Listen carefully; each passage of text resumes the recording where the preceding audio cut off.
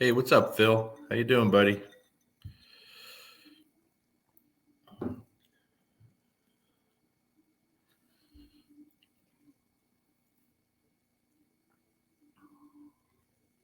Hello, D. Good evening.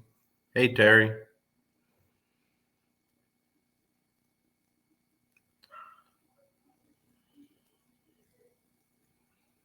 Hey, Sharonica. How are you?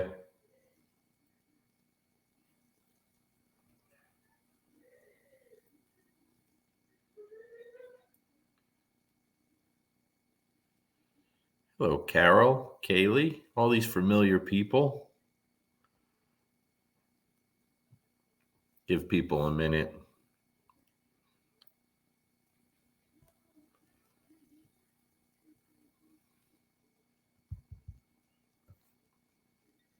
Cheers.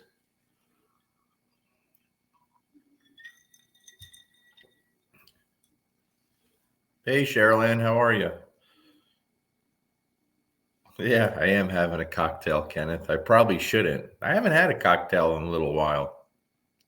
Actually, I just got back from a seminar this week, and I think this was the first seminar I ever went to where I didn't have a single drink, not a beer, not a glass of wine, nothing. Hey, Jen, how are you? Good deal, Rick. That's awesome. You'll do well. Ruben knows what he's doing. Don't doubt him. Just do what he tells you, and be patient. Be patient. Give it time, and you won't be disappointed. You'll feel fantastic. That's the important part, Rick. Everyone just wants to get on something to lose weight, and that's not a good idea. you know you want to feel good, you want to look good, you want your sleep to get better, and you want to lose body fat, not just weight. So he'll take care of you. Yeah, you're going to eat. Listen, when I was training with Ruben, I got sick of eating. I really did. I had to eat so much. There were times I'm going out on an operation for work and I had to stop at a gas station and heat up my food, but when I do something, I do it. I don't screw around. Hey Greg, how you doing, buddy? Anna, Matt. Yeah, I love my hat, Matt. Thanks. Does it get any better than tacos and cervezas? No, it does not. It does not. Mm-hmm. Mm-hmm. We have to add some bourbon to that. Yeah, my wife got me a couple real cool hats. I'm very picky with hats. Like I wear hats every day. Hey Adam, but I'm very picky. I like the old style and I don't like these new style big tops and flat brims. That's not for me. Give me like a good farm boy style hat. Yeah, I still have so much stuff from Ruben from when I was doing it.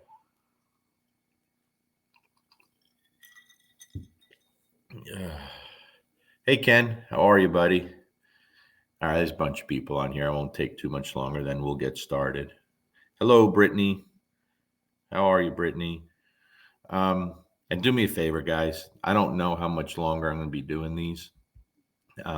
You have questions, specific questions, hit it here tonight, because I see myself taking a very, very nice break from most things. I'm tired, I'm exhausted, and I'm done. Like I'm so like just disgusted with the whole dog training world. I just need to step away and train my own dog. Absolutely, Parker.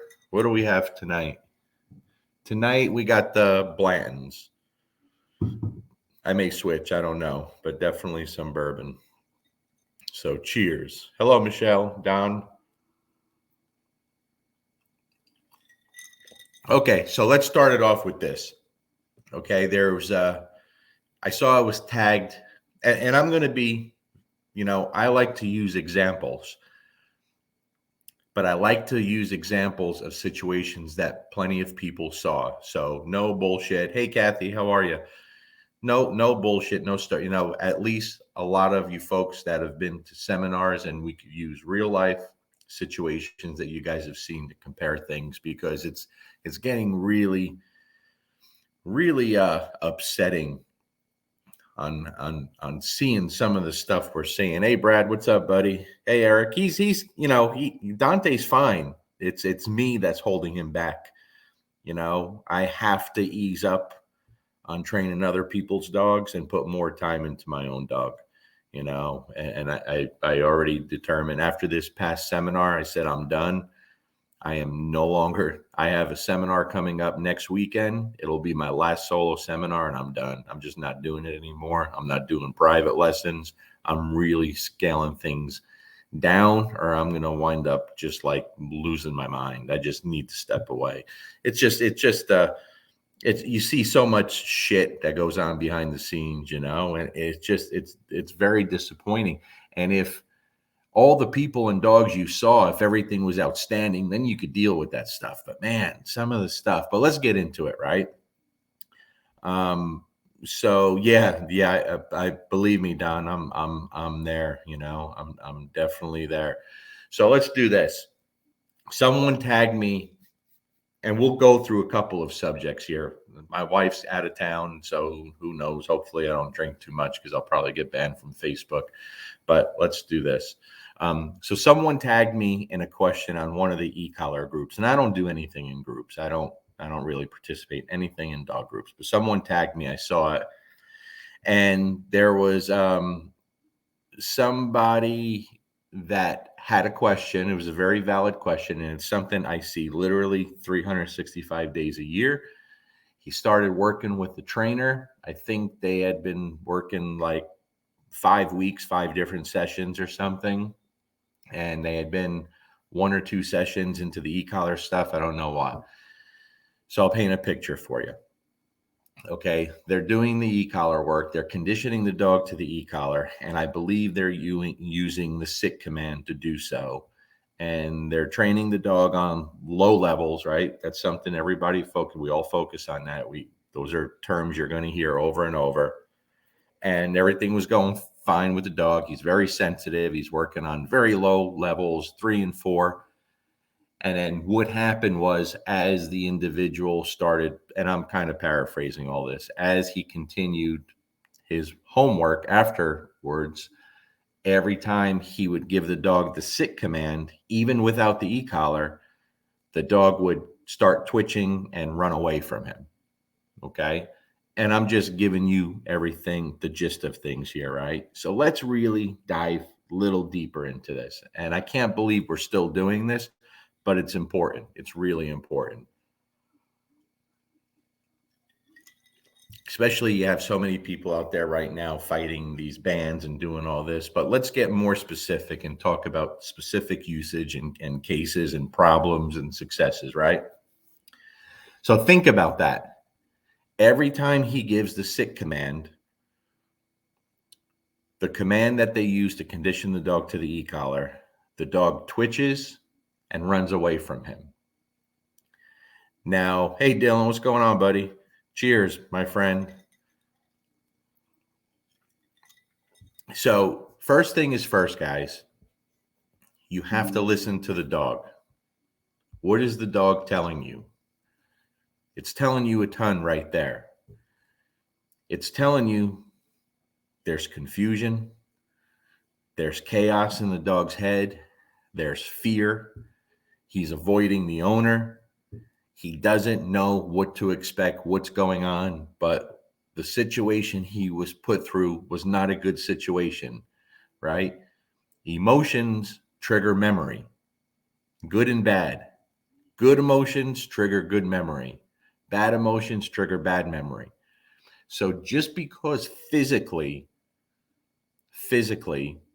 meaning the levels of electricity were not high enough to physically hurt the dog, even remotely, right?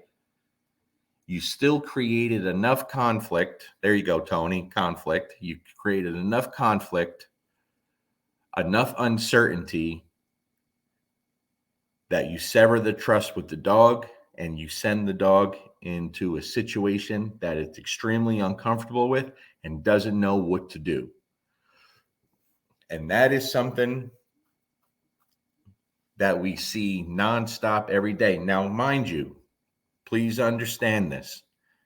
Just in this past year alone through the seminars, it's been my best education ever. It truly has been such a blessing because we've seen just under 1,000 people at these seminars in the past year. That's insane, right? So it's made me crazy aware of where the dog industry is truly failing. And boy, oh my goodness, are we failing? Are we failing? So the way they were doing it, the e-collar comes on before the command. They give the dog to sit. I don't know if there was a leash used in right from the start or whatever. But when the dog's butt hits the ground, the e-collar goes away, right? Now that all sounds fine, but it's not. There's more to it than that. There's more to it than that. So we have no idea what kind of training went into the dog before. We have, and this isn't, guys, this isn't a bash on dog owner, dog trainer. I know nothing about either one. So please understand, I'm not, and I'm not bashing the dog trainer either, right? The owner's asking for help. And so it's up to us to help him so he doesn't make things worse, right? So now people just assume because you're using low levels, you're not going to create problems. Man, it couldn't be further from the truth. Okay. One of the biggest common things that I see with all these dogs we work with, and we went through this past seminar, and I showed people how much of an impact it has on the dog. When you start that e-collar stimulation before a command, and I do start like that for a very short period of time, especially for certain reasons, certain dogs. Once the dog is a little bit literate, I no longer do that, right? But let's say we're starting off in the beginning. Just because you're on a level 3 or level 4 on a, e-collar technologies mini educator, which is super low, you have to understand that even at the lowest levels, if you're holding that continuous button down, it becomes very aversive to the dog, especially when the communication isn't there yet. You have an opportunity to take that confusion that the dog first experiences when it first feels electricity, right? That confusion can be your friend. You have a great opportunity to be the hero in here and get so much done.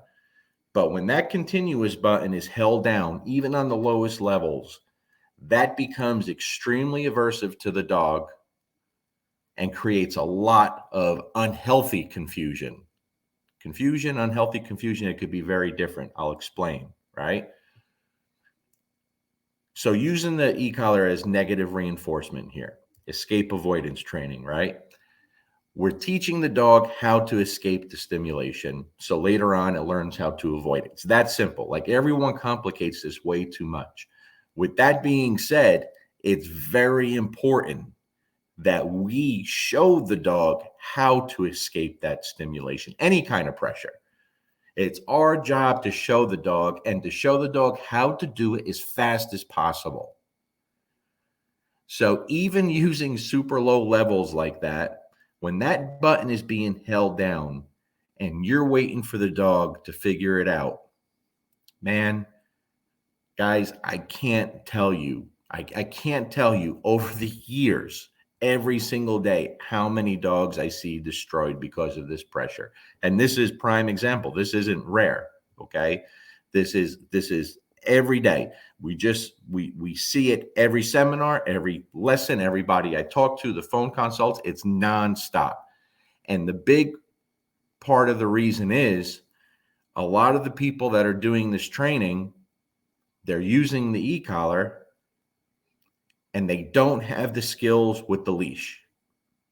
The understanding of just basic training with the leash and the foundational basic communication system without tools, just the leash, you and the dog isn't there. They can't do it. They can't do it. And I'm telling you, we see it, and that's what we harp on. I'm going to give you a little example. This weekend, this this seminar I did this past weekend, a lot of great people, as always, out where I was at, a lot of great people.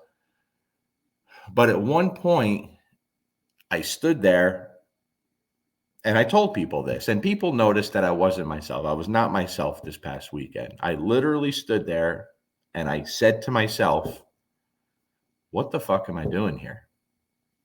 What am I doing here? It hit me like a ton of bricks this past weekend that I got to stop. I'm done. I can't do this anymore. It's not worth it. Seminars have become, and please don't take this the wrong way. There are amazing people there. I know it wasn't anyone's fault at the seminar, all just a wonderful group of people. But when you get everyday dog owners that, they just come to me because there's problems, right? I'm not getting dogs because people want better obedience and they want their dogs to have fun. And how could I build a relationship? It does happen, but a lot of the people I deal with, they just have problems. But unfortunately, some people are so overmatched with the dogs that they have, and they have no foundation, no handling skills, no knowledge of what it takes to train a dog. And that's tough. That's tough. I used to love that, but now it's like sometimes I think it almost makes me bitter because I'm thinking, like, with all the resources out there, this is going to sound terrible, but with all the resources out there, the way I see it is, how dare you have a dog like this that could be such a threat, and you do nothing to educate yourself and do whatever it takes to make this work. Does that make sense? And I don't want to think like that when I'm doing this. And that's how I knew it's time to wrap it up. It's time to wrap it up because I'm not a miracle worker, right? I can't just fix everything when I'm working with you for 15 minutes at a seminar. But back to the e-collar stuff. Let's stick to that. I don't want to get on too much of a rant here. I'm going to use a dog from this seminar so I could explain to you what I'm talking about. So we have someone there that I know very well. I won't say her name in case she doesn't want to be mentioned. Wonderful, wonderful young lady. Works with the worst of the worst dogs, like really serious dogs that no other big macho full-grown man is going to take on and spend time with.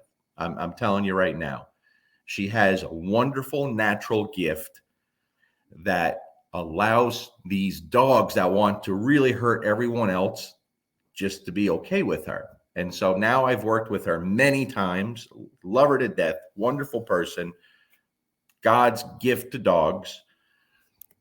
And this seminar, she brings a new dog, pit bull, very, very game. She didn't want to bring it. I told her, bring it. Let's work with this. This is what we want to do, right? I don't want easy dogs. Let's do this. And so, yes, when the dog comes in, it's straight up, who am I going to kill first? Let's fight. Let's fight. Okay, let's do this. So whatever.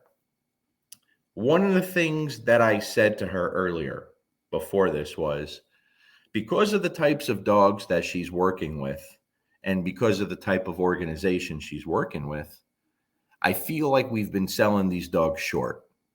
Like we haven't been doing enough to give them every chance because everyone is so satisfied just for the fact that we could work with these dogs now for the most part without trying to kill other dogs or people, right?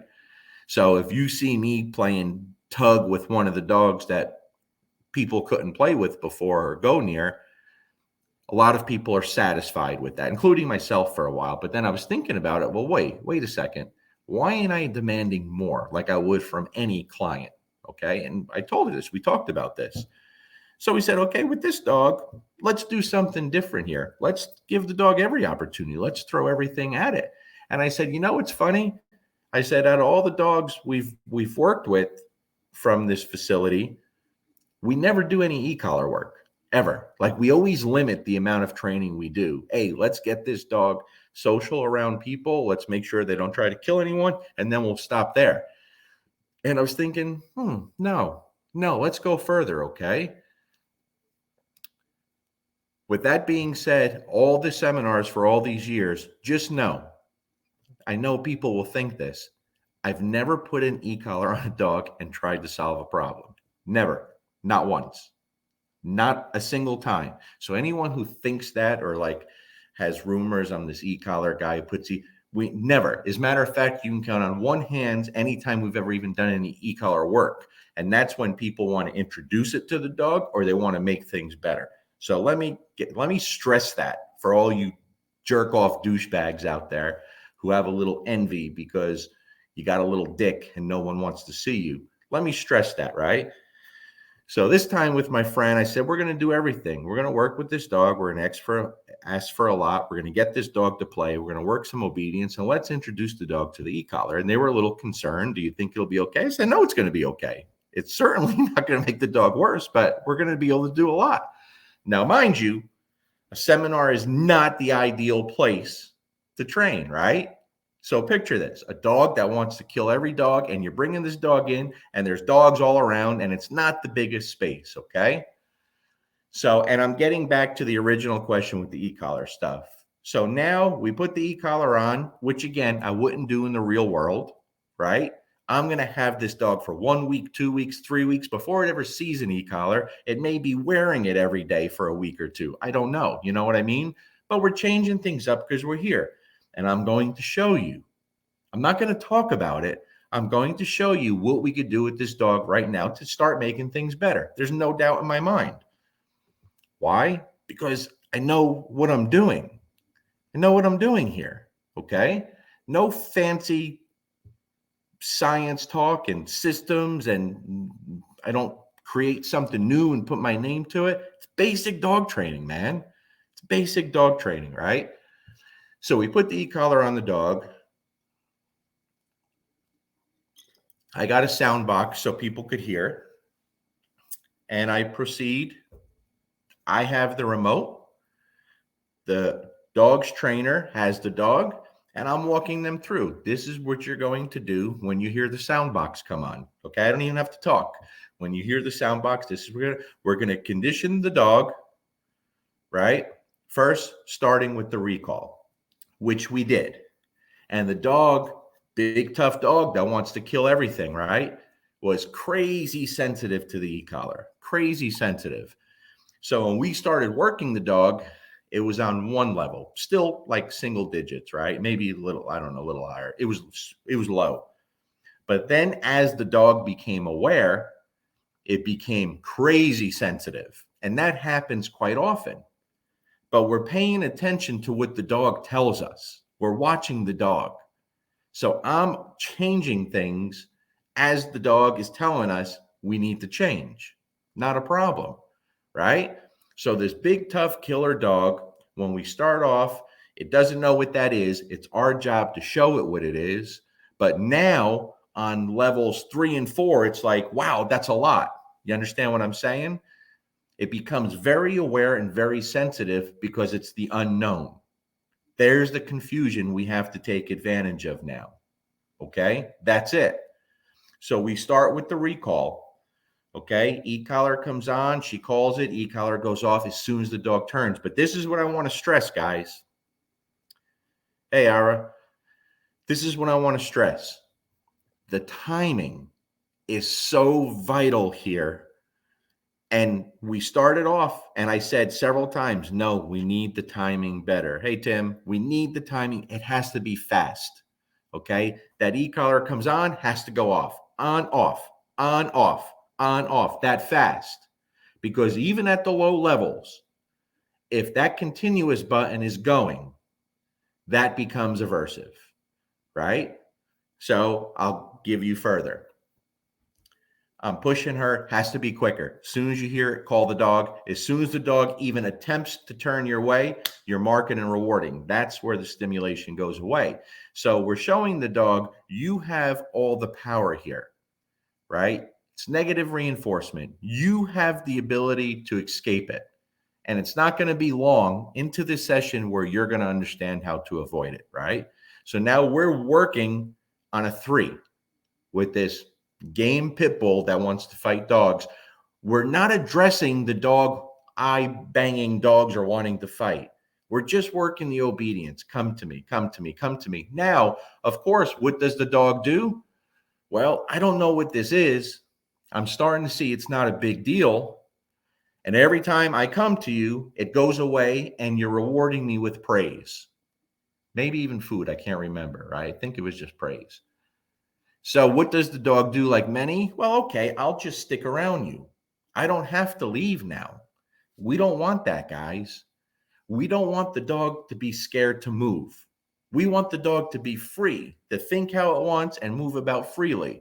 So now we add the send away, the place command. Okay. Now, always teach opposite behaviors, right? Thank you, Bart.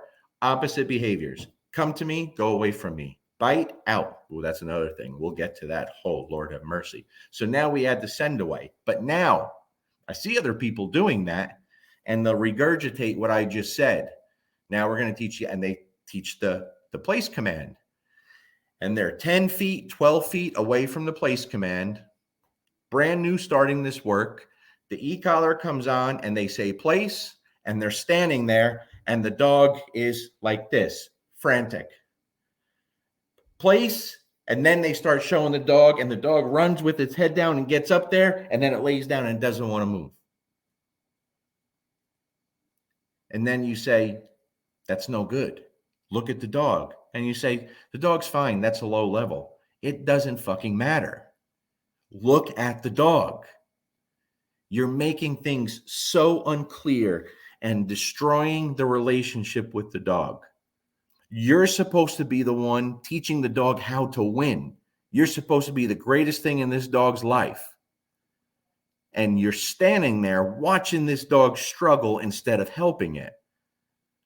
So how did we set this up? This isn't about the place command, guys. This isn't about teaching place or go to a place.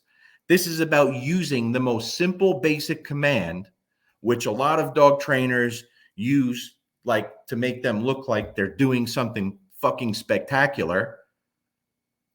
We're not doing it for the obedience. We're using the obedience that's so easy to accomplish to teach the way out of the e-collar, not the opposite, right? So what do? I tell her from right next to the place board. I want you right next to it, like next to it, right? E-collar comes on, place, off, on, off, on, off, on, off. You don't need distance. This isn't about how far can you send your dog to the place. This is about showing the dog you don't have to be glued to my side. Okay? You have the ability to make this happen. But you start to where the dog can't fail, guys. You're cheating to help the dog win. You cheat to help the dog win. You're right next to it. So we spend a few minutes just teaching the dog, this is how you turn it off. This is how you come to me, go away from me, right? You know, come off. Yeah, good job, man. That was great. And I'm telling them, show the dog, get emotional, let the dog know that's what I'm talking about. You can do this. The same thing with the place, right? Back and forth. Now, the dog's doing well. We're going to go fast because it's a seminar. It's not the real world. We're going to go fast. We're going to push it fast because I'm comfortable with that without ever putting too much pressure on the dog, right? Now, when you get back to the real world, you could slow things down and start over and really commit some time to it. So now what we do, I have her take the end of the long line. Now, mind you, there's dogs all around and this isn't a big space. Now we're going to let the dog roam and we're going to practice recalls. When the dog is looking, who am I going to fight now, right?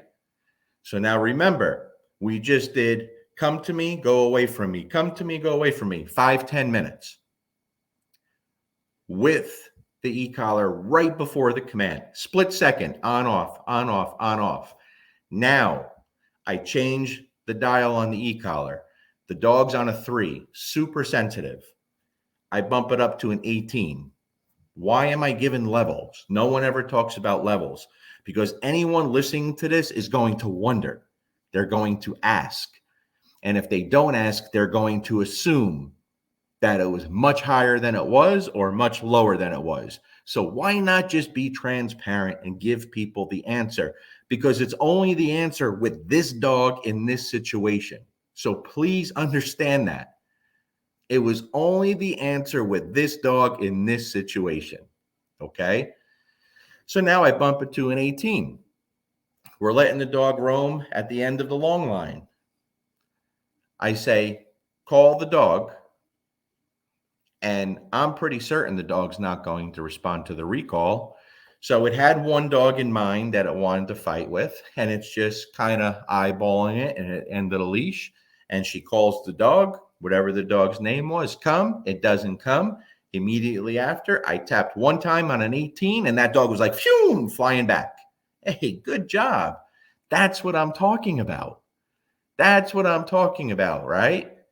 Why did the dog turn and come? We just spent 10 minutes teaching the dog how to escape it. It just escaped it now. When it didn't respond, it comes on. Oh, I know how to turn that off. Okay. So now we release the dog, let the dog go back. It's on the end of the line. It's not scared to move because we've been crystal clear. Crystal clear. It's not scared to move. So now it's moving back again. Dog's at the end of the line. I said, call the dog. She calls the dog. The dog turns and comes to her. Why? It just avoided the negative reinforcement. It just avoided the aversive. It just avoided another tap on the e-collar. We made it very clear, right? So now we release the dog, let the dog be. It's free. Now I say, don't say nothing. The end of the long line, just back up. Just back up. Dog wasn't even looking at her. Just back up, no leash pressure. She backs up, dog turns around and comes to her. Do you understand what I'm saying? Very clear to the dog. She's smiling. Everyone's happy. The dog's doing great. I make her get down and love on that dog and tell him that's the fucking answer. Well done. I knew you can do this. I know you can do this. Now, this is just one session, guys. And it's not even realistic or ideal. But this isn't something that where I ever have to think, oh, how should I do this? Or it's very simple. It's just dog training, right? But as much as I love this tool,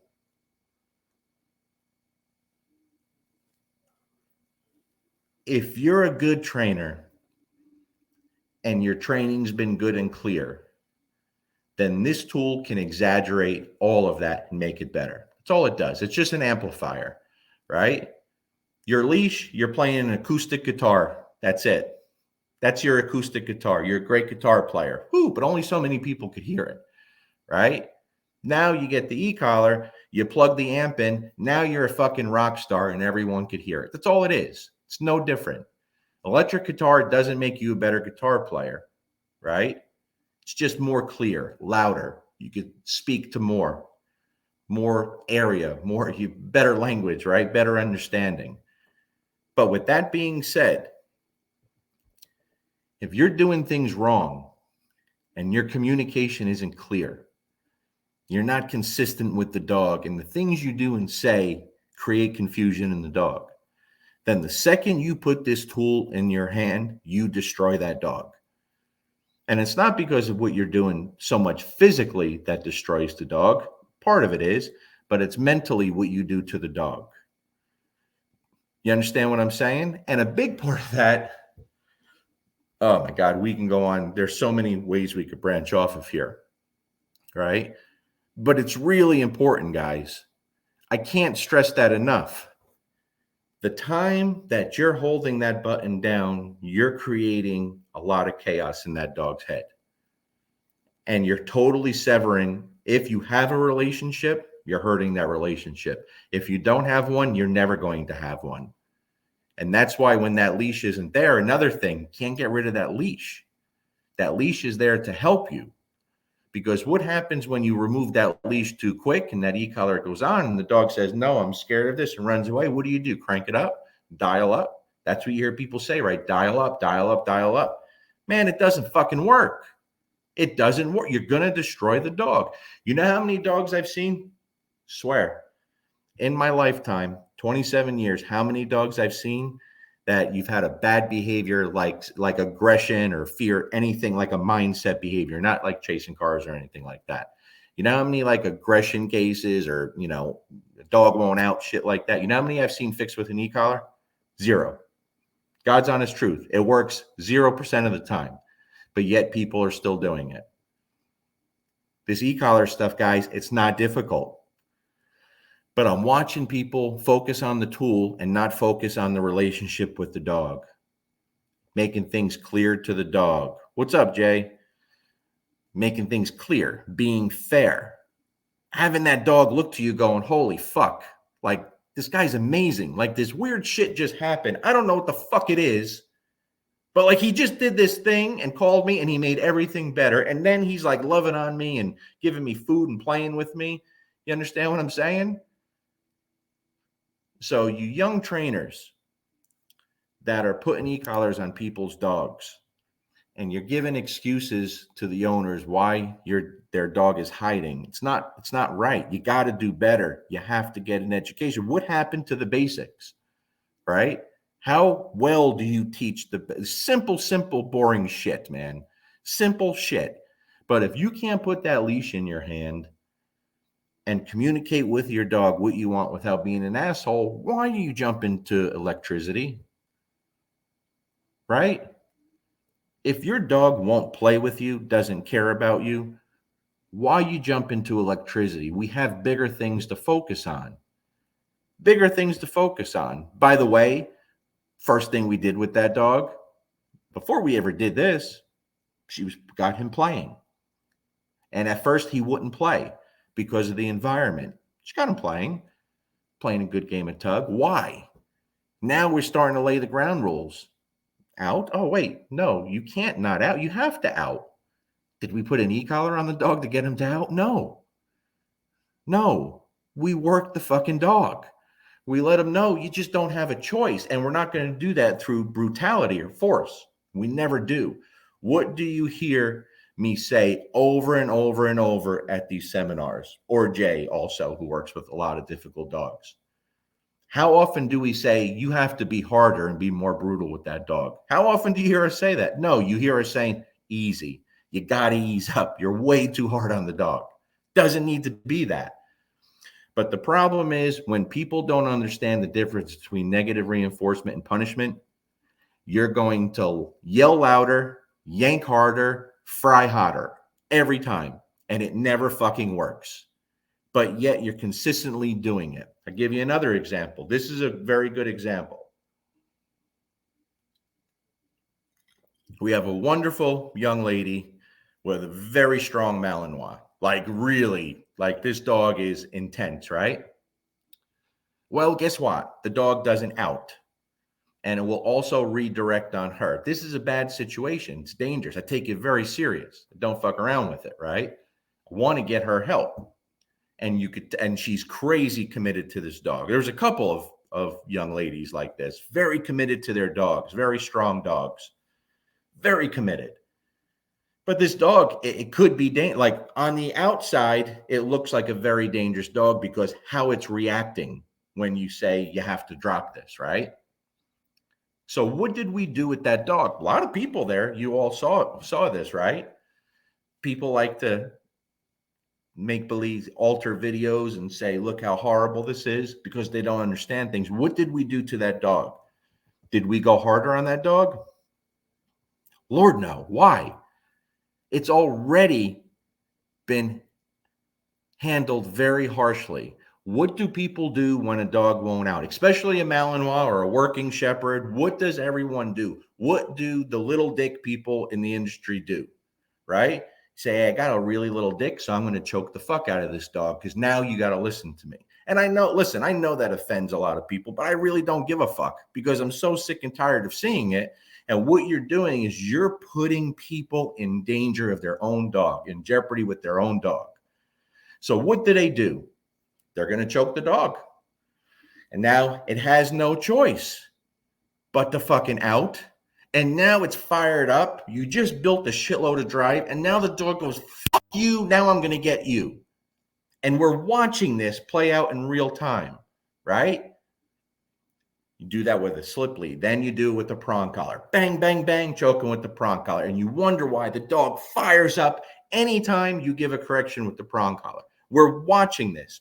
What did we do with this Malinois who was over the top fucking insane? Like, listen, if the average person looked at this dog, you'd say this dog is too much. It's never going to straighten out. And she was already told, this dog is shit. There's nothing you could do about this. I don't buy into that.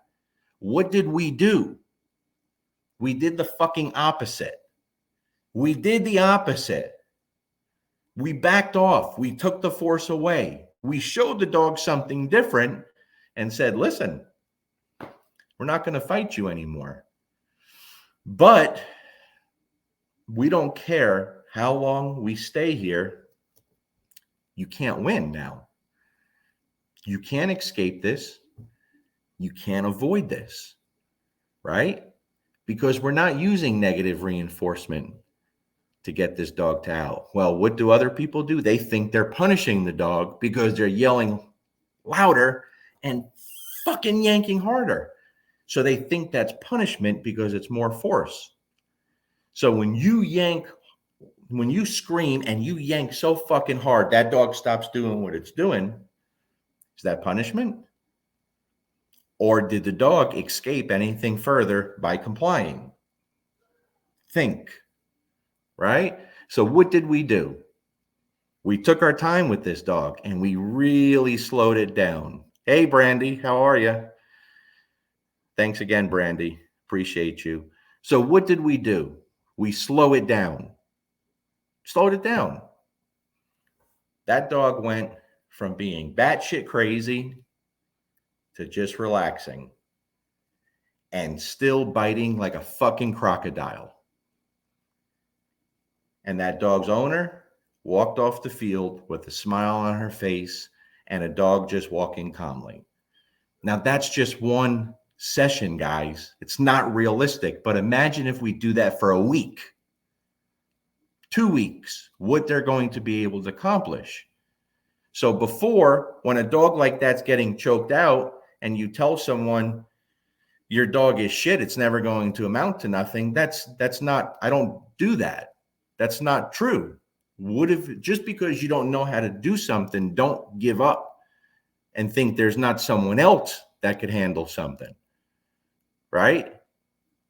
It's not right. And you're going to get people hurt in the meantime. So when someone says to me, there's another thing. For so many young trainers, it's so frustrating. I can't even imagine. My heart breaks for them because there's so many seminars now, so many people giving seminars now, and there's so many conflicting ways of doing things. And people will say, no, this is the way you do it. I learned from this. You know, someone taught me, you learned from, this is the way. I don't do that. First thing I tell people at a seminar, everything I'm going to do and say, just the way I do things.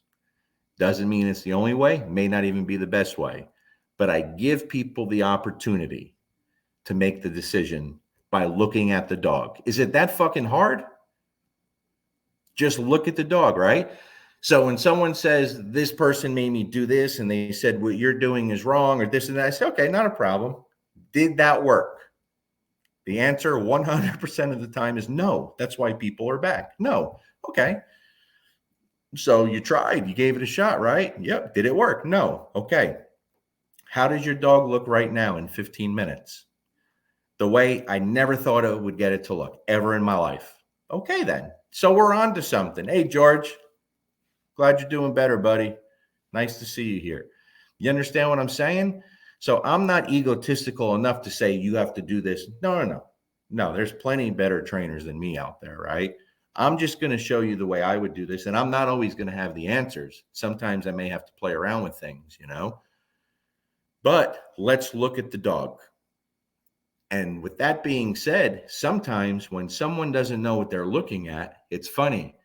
They have no problems watching a dog get choked. Hey, Jocelyn, they have no problems watching a dog get fucking his head yanked off. They have no problems watching a dog get fried, holding an e-collar button down, the dog's just having a fucking seizure. They have no problem because that's what it takes. But when they see something they've never seen before and they see a dog struggling, not physically, struggling because all of a sudden, for the first time in its life, it doesn't know how to get what it wants. It doesn't know how to escape anything that's being added that would be considered aversive. It doesn't know. They have a problem with that. They don't have a problem with the dog. They have a problem because they don't know what they're looking at. The education level is very small there when it comes to the actual dog, right? If you could honestly watch me or my buddies that I do the other seminars with, Jay and Joel, right? I would be the one out of the three anyway. If you could ever say that you've seen me flatten dogs, you're a fucking liar. You're a straight up liar because it's never happened and never will happen. If anything, I may be a little conservative, but you will never see a dog flat in my care, ever. It may come in flat. It's never going to leave flat being in my care because I give a fuck about the animal first. And sometimes I'm going to offend people, right? But this past weekend, I wasn't myself. And that last day, at one point I was a real fucking asshole and I was very, very disappointed in myself. And it completely crushed me and ruined my night because you take it out on the people around you and people that don't deserve it, that did nothing wrong. But you get so frustrated and so tired of just watching people struggle and dogs struggle. And I've been doing it a really long time now. And I'm like, I'm done, man. I literally said, I'm done. I got nothing left. But the day after, when I talked to a couple of people from the seminar that I had to talk to because I definitely offended them and upset them, and that was 100% my fault, no one else's. After I talked to them, I just got this wave of happiness because the second I realized I'm done, I'll continue to do seminars with Jay and Joel as long as those guys want to do them. I would never just walk out on them. But as far as doing things on my own, I'm done. As far as doing private dog training lessons, I'm done. I won't be doing many board and trains. I'm going to train my own damn dog. I never thought the online stuff I started doing would go well. It's going fantastic and I love it. I'm going to do that 1 or 2 a day and that's it. I'm going to train my own dog. I want to see how good I could take this whole high GP thing, and I have to learn. I have to learn and I have to get better because the better I get on that side of things, the more people I'll be able to help in the long run. And maybe a year from now, I say, you know what? I missed that. I'm a better trainer today than I was a year ago. Let me go share the new stuff that I learned. You understand what I'm saying? And I need it, man. My wife's been on me for a while. Apparently she's gotten phone calls and text messages. Hey, I'm worried about him. He doesn't look right. He's not acting right. I didn't even know. And she's been begging me, please stop doing, like, you need to stay. You're not yourself. And I'm not. I'm absolutely not. When I dread doing this, I'm done. I got one more next weekend and then I'm finished. I'm absolutely finished. I can't do it anymore. So you young trainers that are excited because you're starting to do seminars, it's an ego thing. Believe me, we've all been there. You should be proud of yourself that people want to learn from you. But if I can give you one piece of advice, don't fucking do it. Stay home with your family. Stay home with your spouse, with your kids, with your dogs. Train your own dogs. Run your business. Forget the fucking seminar shit, the traveling and everything. And listen, I'm grateful. For several years now, I have met so many incredible people. I mean, thousands of people through these seminars that have become friends. It's just, my friend Mandy today sent me a video and I posted it today or yesterday.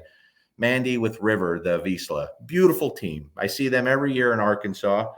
And if you saw the video, River's a very sensitive dog, but like the sweetest dog, and she's such a kook, right? Um, she can't have her nails trimmed without being really scared, but she's had her nails trimmed only at the vet's office. So we just went through this with Rhodey, why I showed the videos, right? If she only gets her nails trimmed at the vet's office, of course it's a horrible experience. So we said, let's start doing it here today. So we started like everything I did with Rhodey, and her little tail is tucked and she's shaking and trembling, and Mama only has her in front of her, touching her leg, touching her foot, right? Second day, we turn that Dremel on and it's a big Dremel and it's loud, right? Still shake. How did we end every session of that? When the dog was shaking and scared, when we had her do a little something, yes, boom, you know what we played with? A stick, a fucking stick, a little piece of stick, and the game went crazy. You know what it was last year? A pine cone. The dog loves pine cones. Now we're having a great game with pine cones.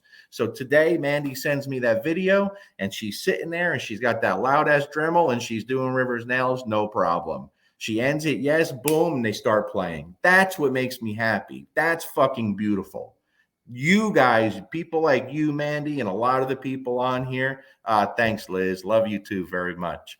The people on here, that's what makes me happy. But guys, you don't see what goes on behind the scenes. There's a lot of scumbags out there. Now, I'm very blessed. I haven't had a ton of haters considering how much stuff I put out and how many people I deal with, but there's some real scumbags out there. Believe me when I tell you, and you don't see that. My family doesn't see it. Every now and then, if I'm really off, Sophia has seen things, especially when she was younger, that upsets your family. You know what I mean? Because if it was truthful, listen, if you just said I'm a big, fat, hairy, ugly guy and I train like shit, that's totally cool. Nothing wrong with that, right? But when you make up lies and, take a video and alter it and do voiceovers like you were there and I shut these dogs, are you fucking crazy, man? Stop your bullshit. Do you have no fucking life? Do you have no fucking life? That shit gets old. But when it's someone like so desperate like that shit doesn't even phase me anymore, right? But I'll have people call me if someone says something and they're upset for me. Guys, that doesn't bother me. That doesn't bother me. And if you feed into that, even if you go to bat for me, if you go to bat for me to stick up for me, you're still giving them attention. You don't want to do that, right? Because no attention is much more effective than bad attention. They just want the attention. Don't do it. Don't give into it, And it's the same people all the time. Don't stress about it. Yeah, you remember that, Carol? Such a cute dog. I love her to death. And Mandy's just done so incredible with her. She's done amazing things with her because she's a wonderful person. She's just a wonderful person, and they're a perfect team. And I've met so many incredible people through these between the seminars and the group classes and these live shit. A lot of really good people. I'm very grateful for that. But I need a break, man. I'm done, and I got to train my own dog because it's not fair to him that I'm putting him in competition. And if you saw the amount of time I train, I have a wonderful friend here that I could do protection work with, and my buddy Mohawk John. I've seen him twice. I have a wonderful trainer just a couple hours from me that I've seen twice, Miss Sherry Tredung, who I respect a ton. And I went to her because I know she'll tell me what I need to change. I've seen her twice. I paid for 5 lessons. I can't even get there for the other 3. I've seen her 2 times in I don't know, a year. That's unacceptable. It's not fair to the people who are willing to help that I ask for help. And it's not fair to my dog. I love this shit. I love this shit. And I think if I put some time into my dog, I think I could probably do halfway decent things with him. You know what I mean?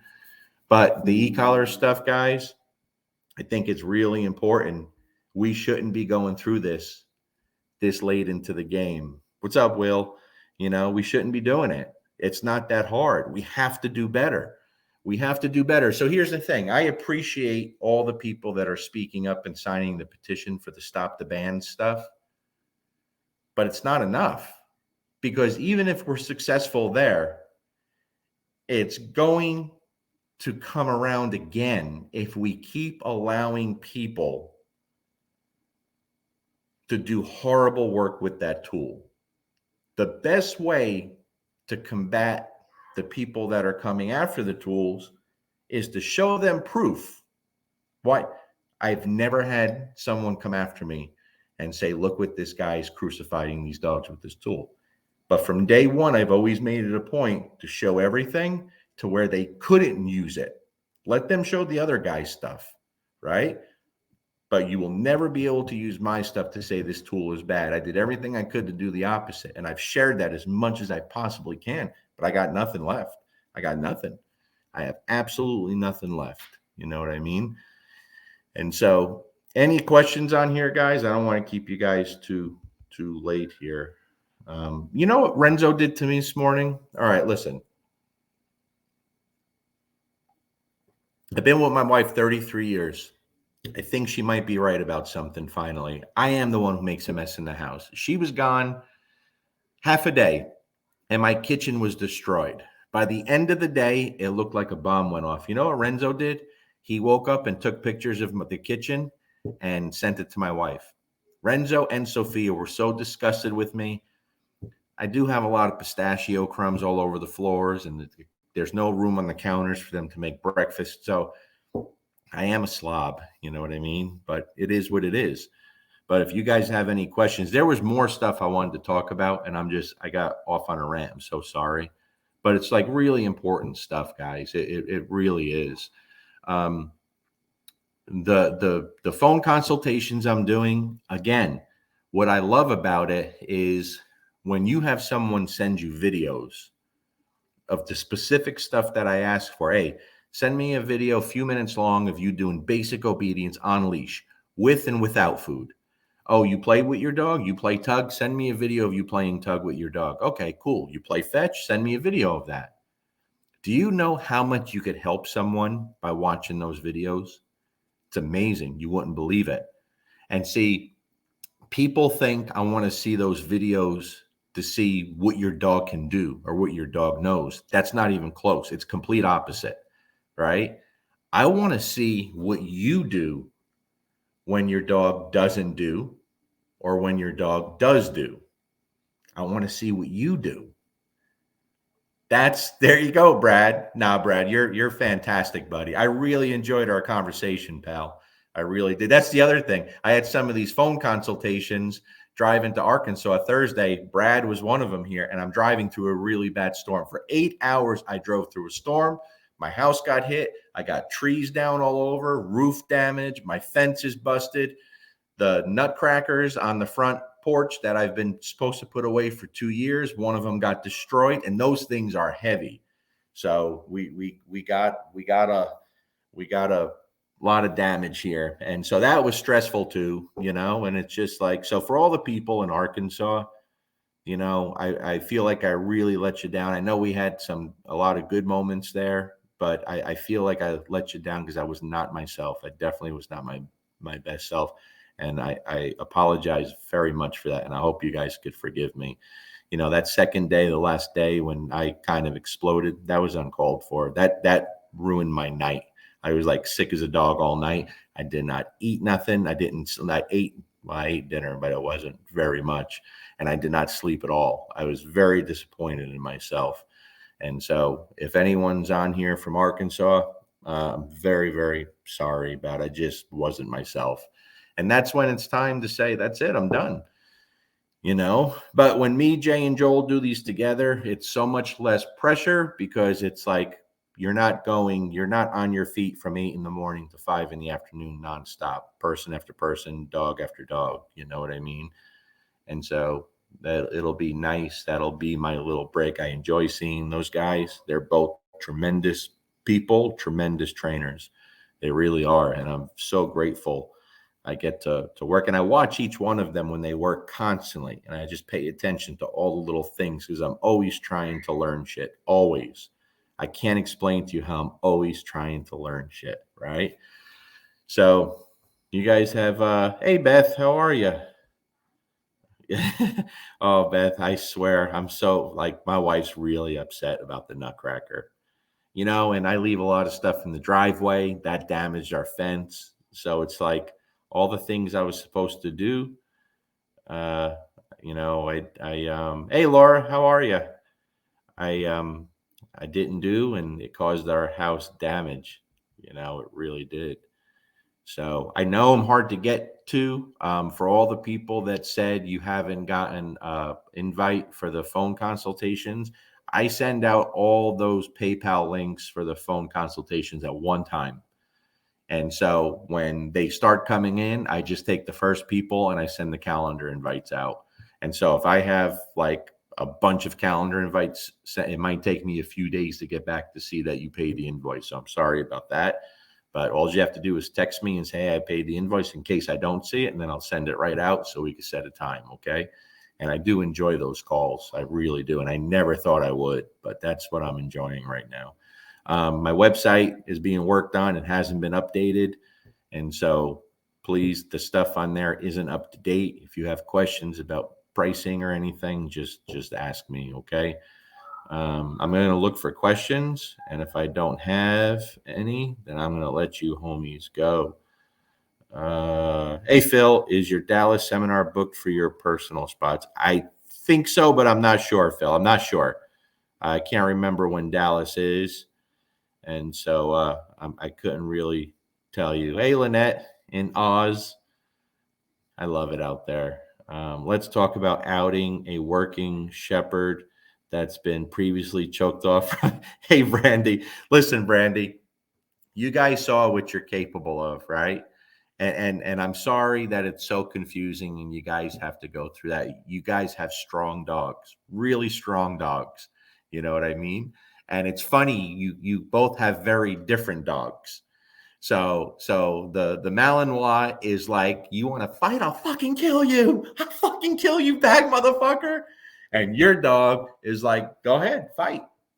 Fight as hard as you want. I'm going to bite harder, and I'm not going to fucking flinch. What's up, Clayton? How you doing, buddy? Hey, Nikki, how are you? And so again, that's what I tell people. Guys, listen, there's a lot of really good trainers out there giving conflicting advice, right? It doesn't mean like one is wrong, one is right. The only thing that matters is look at your dog. What is your dog telling you? Trust your dog over any trainer. I never want you to trust me over your dog. If I'm doing something and your dog looks like shit, well, if that's ever the case, I can't think of any reason why that would have to happen. But if I knew if it was going to be the case ahead of time, I'd say this is going to look for shit for about 5 minutes, but then it's going to move. I promise you, right? But if you don't like what you're seeing, don't do it, guys.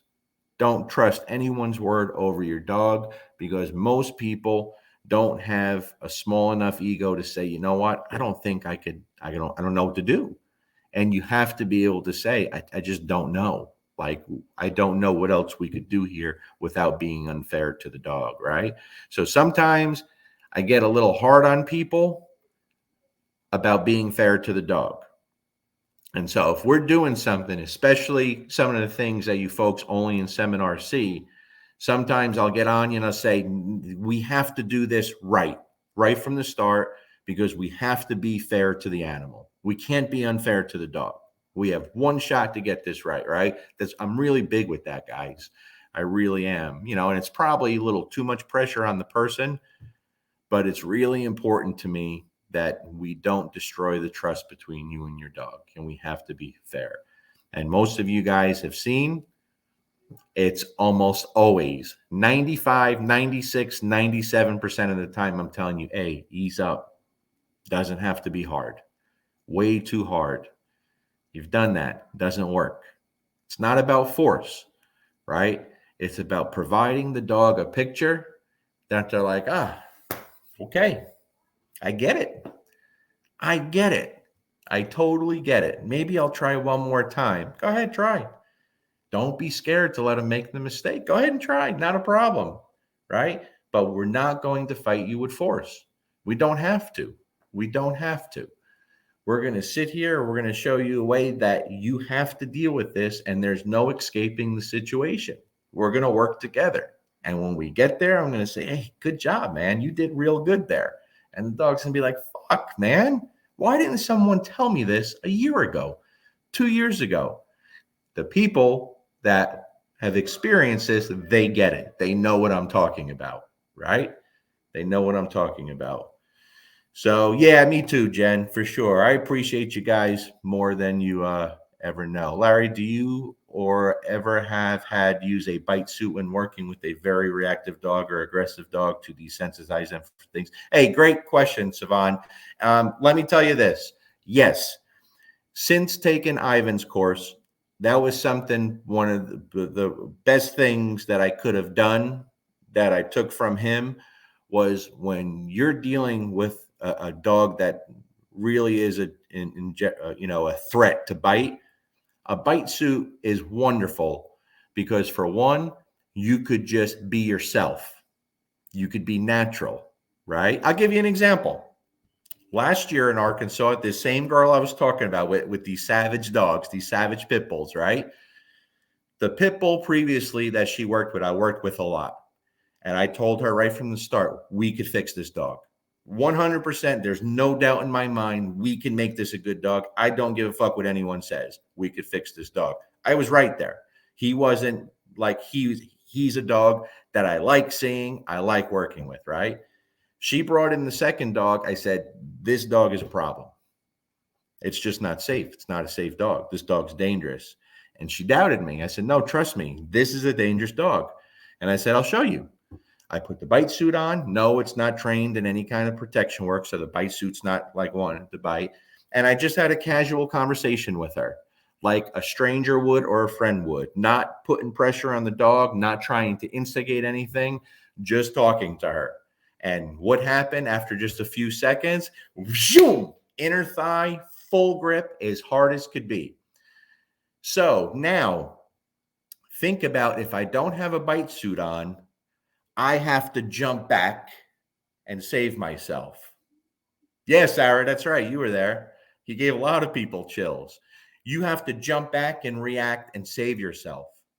That dog learns that that tool that he's using, he just won. He just won. You have to give in, right? But when you could take that bite and you're like, whoa, the fuck, you don't go anywhere. And now you could follow through with what you need to do. That's very powerful to help these dogs. And that, like, I never wore the bite suits before until Ivan recommended it. And so I'm very grateful for him to that. And then even the same dog a couple of months ago or 1 month ago, Jay was working with him and he got Jay too with the bite suit on. Same place, inner thigh, got him good. And Jay did what he had to do, not beat the shit out of the dog, not choke the dog out, not go full force on the dog, do what we always do. And then after that, the dog, if I remember correctly, went back to be able to participate to what he was doing before.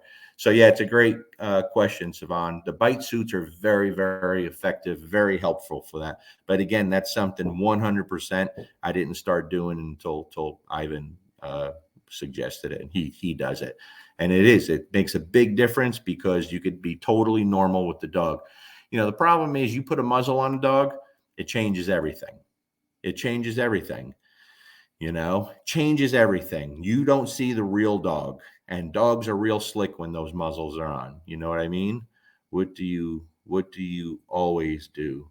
That's a whole other story. You wouldn't understand it, and like it's not something I can go into, Tammy. All dogs that have with that aggression fixable? No, not all dogs, Kylie. Most can do really well. You know what I mean? Here's the thing. If you have a dog that wants to kill other dogs, most of the time you can get that dog to a really good place and then not put it in a situation where you have to worry about it, right? If you have a dog that wants to kill other people, most of the time we can get that dog to a really good place and you don't put that dog in a situation where you have to worry about it. If you have a dog that you're scared of yourself and is a threat to you, that's where I draw the line. That's a problem. That's a problem, right? But now, with that being said, I've talked about my friend Heather before with Nala. Hey, Bridget, you guys have seen her pit bull. She's someone that I refused to take on for a long time because I said, this dog's, I'm scared. I'm scared for you. You know, she sent me another video today. That dog off leash, running with the long line in a safe area out in the woods, you know, but that dog's responding to her. It's playing with her. I never thought that would happen. That dog's playing with her. It's got some life because she's one of those owners that said, you know what? I'm going to work with you and just tell me what to do and I'm going to do it. And I said, okay, great. So she sent me the video today and it was wonderful. And I said, okay, let me ask you something.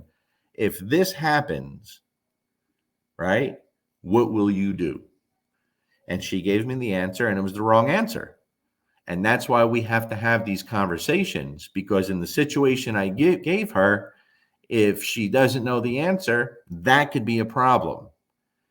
So she's in a position now that when she knows the right answer and she does it quickly and effectively, she's going to be okay. You understand what I'm saying? Very, very important. I can't stress it enough. Very, very important. You know, I talked so much, I haven't even finished one bourbon, so I'm probably not going to get too crazy here today. You know what I'm saying? Any other questions, guys? I don't see any. I remember. Yeah, there you go, Jane. You've got to get this right. I say that a lot. And I am. I'm hard on the people because I care about you. I don't want to just take your money. I truly want you to get this. And I saw your message, Sarah. I will call you tomorrow, okay? I will call you tomorrow. I'm watching several of my clients' dogs this week, and I'm like, and then I got to leave for a seminar and I have to leave them with my wife and kids. So we have a lot going, but I'm almost done. I'm looking to see if there's any more questions. Will you come to the West Coast? Lisa, I think we come to Irvine, California. I can't remember when, maybe December, but we're coming to Irvine soon. You know what I mean? Warren, 1 hour phone call helped us more than $500 worth of in-person training. Can't thank you enough. The work isn't that. Thanks so much, Warren. That means the world. I can't. That makes me very happy. I wish I could do more, buddy. I really do. You know. Good luck with the house. I'm a property adjuster, and it's been rough for Yeah, it has been, Jessica. Like this weather, man. I swear, every time I leave. I was at the seminar in Irvine, California when the tornadoes hit last year. You know what it's like calling your family and your wife and kids are hiding in the pantry at 1:00 in the morning. You want to talk about a helpless feeling? Man, it's just it's horrible. And this time I did the same thing. I'm driving. It's like it weighs on you, man. It weighs on you because God forbid something happened. I would never forgive myself.